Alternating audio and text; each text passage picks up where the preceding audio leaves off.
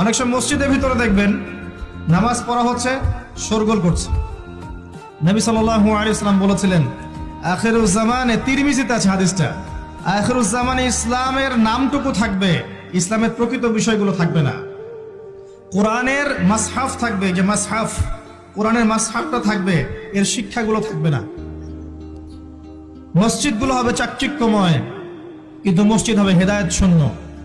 আর চতুর্থ লাইনটা আরো ভয়ঙ্কর। 4 নম্বর লাইনে গিয়ে নবীজি বলেছেন সাল্লাল্লাহু আলাইহি ওয়াসাল্লাম, আসমানের নিচে, জমিনের উপরে আল্লাহর সবচেয়ে নিকৃষ্ট সৃষ্টি হবেন এক শ্রেণীর আলেম, যাদের থেকে ফিতনা ছড়াবে এবং তাদের দিকেই ফিতনা ফিরে আসবে। তিরমিজির মধ্যে হাদিসটা আছে, যে কোনো আলেমকে জিজ্ঞাসা করেন এটা কোন শ্রেণীর আলেম, এটা বোঝার জন্য আপনার পিএইচডি করার দরকার নাই। যারা দিনকে দুনিয়ার বিনিময়ে বিক্রি করেছে তারাই সেই শ্রেণীর আলেম। যারা সত্য কথা বলতে ভয় পেয়েছে তারাই সেই শ্রেণীর আলেম। যারা সত্যকে মিথ্যার সাথে মিশ্রিত করেছে তারাই সেই শ্রেণীর আলেম। এবং যারা ইসলামের নামে উম্মাকে শতদা বিভক্ত করে দিয়েছে এরাই সেই শ্রেণীর আলেম।